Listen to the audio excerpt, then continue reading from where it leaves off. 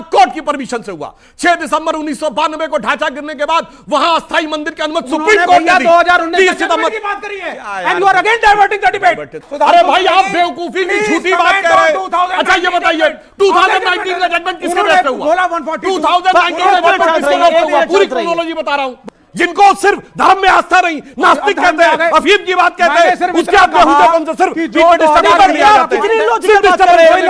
ये इतना बचकाना और बेहुदा बयान है कि जब। हेलो दोस्तों, आज के वीडियो में हम आपके लिए एक धमाकेदार डिबेट लेकर आए हैं जो कि आपको बहुत मजा आएगा। तो दोस्तों हो जाइए तैयार, क्योंकि इस डिबेट में आपको मिलेंगे तीखे तकरार। तो बिना देरी किए चलिए शुरू करते हैं आज का ये जबरदस्त डिबेट। बता रहा हूँ, फर्क समझाइए ना। फर्क बताता हूँ। पूरा समझाइए क्या होता है कि खुदाई में नीचे कुछ दिखे। आज मैं आपसे कहता हूँ 6 दिसंबर 92 से पहले वहां पे कोई ढांचा था, इसका कोई पुरातात्विक सबूत आज नहीं है। सिर्फ डॉक्यूमेंट्री एविडेंस है, सिर्फ लिटरेरी एविडेंस है, आर्कियोलॉजिकल एविडेंस नहीं है। इसलिए जब अगर आप ये बात कहते हैं तो सुप्रीम कोर्ट ने यह कहा कि 500 साल पहले की आर्कियोलॉजिकल एविडेंस नहीं हो सकता। बताइए झूठ ये बोल रहे हैं। 10 साल से झूठ बोलते आ रहे हैं। क्या तरीका और झूठ में लोगों को अब मैं आपका झूठ एक के बाद एक बेनकाब करता हूं। फरवरी 86 में ताला खोला कोर्ट ने और कहा कि यह राम मंदिर है। 9 नवंबर 1989 को जब पहला शिलान्यास हुआ कोर्ट की परमिशन से हुआ। 6 दिसंबर 1992 को ढांचा गिरने के बाद वहां अस्थायी मंदिर की अनुमति सुप्रीम कोर्ट ने दी। 2019 की बात करी है and you are again diverting the debate. अरे भाई आप बेवकूफी की झूठी बात कह रहे हैं। अच्छा ये बताइए 2019 का जजमेंट किसके बेस पे हुआ? 2019 का जजमेंट किसके बेस पे हुआ? पूरी क्रोनोलॉजी बता रहा हूं। जिनको सिर्फ धर्म में आस्था नहीं, नास्तिक कहते हैं, अफीम की बात कहते हैं, उसके आप बेहुदापन से सिर्फ ये इतना बचकाना और बेहुदा बयान है कि जब मामला हाई कोर्ट में जाता है तो सेशन कोर्ट की प्रोसीडिंग के साथ जाता है, सुप्रीम कोर्ट में जाता है तो हाई कोर्ट की प्रोसीडिंग के साथ जाता है। ऐसा नहीं कि हवा में एकदम से सुप्रीम कोर्ट बोल देता है। इसलिए मैं आपको लगातार कोर्ट के जजमेंट कोट कर रहा था। 2019 का भी जजमेंट कैसे हुआ? जब 2010 का जजमेंट इस आधार पे आया हाई कोर्ट का कि 2003 में वहां खुदाई करवाई गई, एक सबूत निकला, उसके आधार के ऊपर सुप्रीम कोर्ट ने कहा जजमेंट है क्या? ये बोलो, आधार मत बोलो, जजमेंट क्या है? 140 क्या जजमेंट बोलो? क्या है? एक सेकंड है कि मंदिर ही बनेगा, बस हो गया।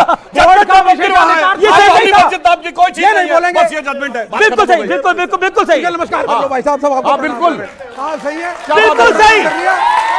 हां क्या बोल रहे हैं? बिल्कुल सही। नहीं आपने इनको प्रणाम करा, अच्छी बात है। अच्छा एक सेकंड, लेकिन देखिए बार बार बोला गया, वो बार बार बोला गया जजमेंट क्या है, जजमेंट क्या है? सुधांशु त्रिवेदी ने एक लाइन में जवाब दिया, जजमेंट यही है कि रामलला विराजमान अयोध्या में थे, हैं और रहेंगे। ये है जजमेंट, खत्म। इसके अलावा कुछ नहीं है जजमेंट।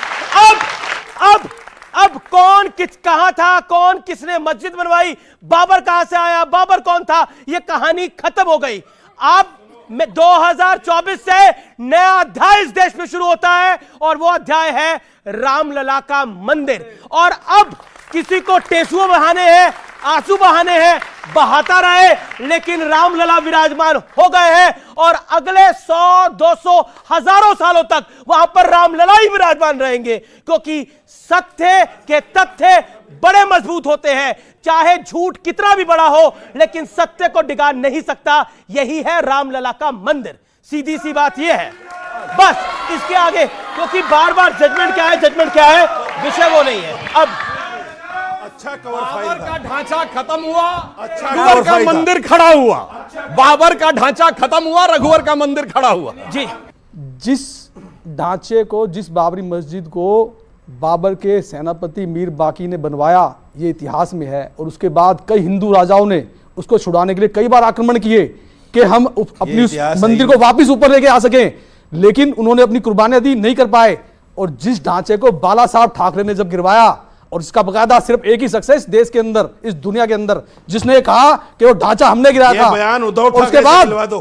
और उसके बाद ये बयान उद्धव ठाकरे से दिलवा दो आप। उसके बाद अरे आपके सामने दे रहे हैं उनके प्रवक्ता, दे तो रहा हूं, अरे नेशनल दे रहा हूं। नेशनल चैनल पे दे रहा हूँ और क्या कोई मैं कोई गुफा में दे रहा हूँ क्या? कौन जानता मैं किसी गुफा में नहीं दे रहा। हजारों फिरते प्रवक्ता है, छोड़ो। मैं किसी गुफा में नहीं दे रहा। प्रवक्ता नेशनल चैनल पे बैठ के दे रहा उद्धव हूँ। ठाकरे से दिलवा ढांचे दो, को उद्धव ठाकरे से बयान दिलवा दो। ये कोई ढांचा ही नहीं था।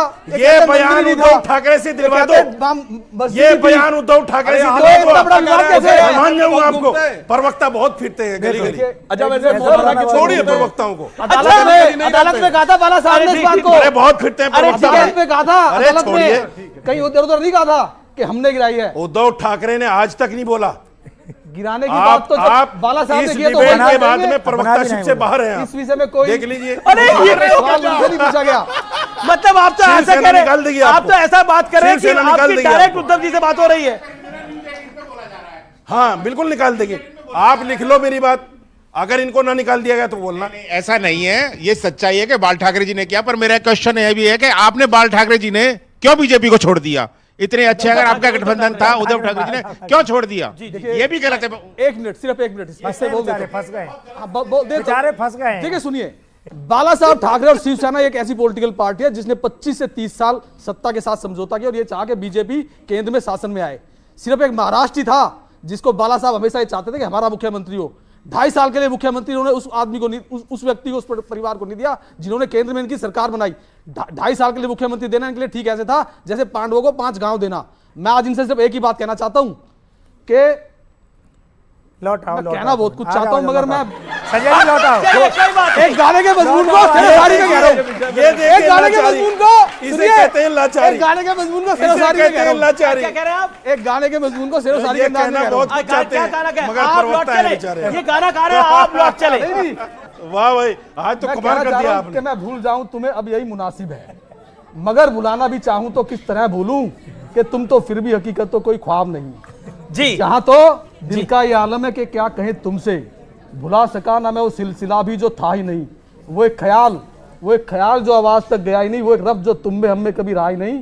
मुझे याद वो सब भी जो कभी हुआ ही नहीं।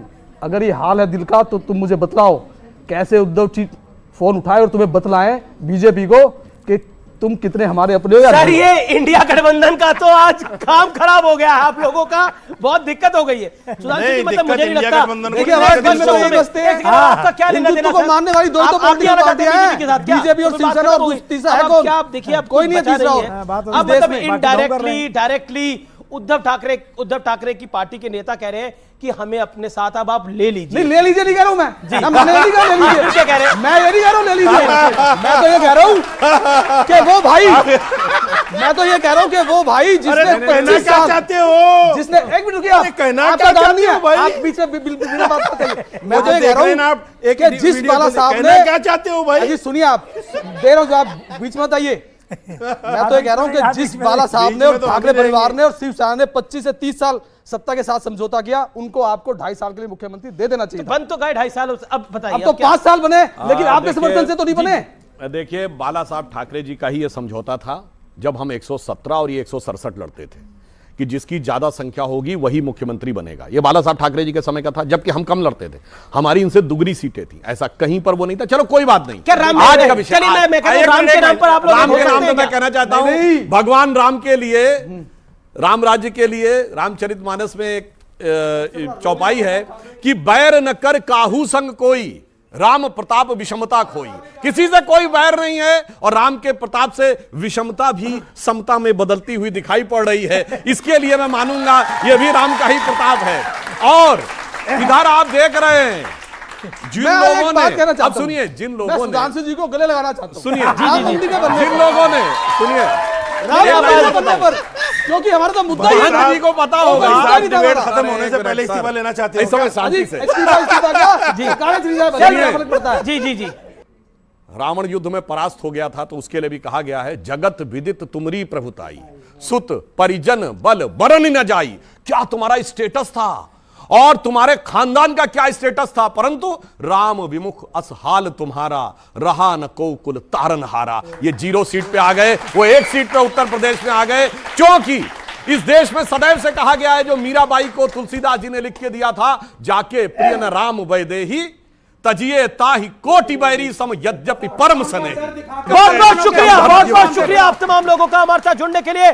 तो आज के इस खास एडिशन में, आज के इस बेहद खास एडिशन में ये दिवाली राम मंदिर वाली अयोध्या भी सजा दी है। फिलहाल इतना ही, आज के इस कार्यक्रम में इतना ही। आप सबको मेरा राम राम, नमस्कार, जय हिंद और वंदे मातरम।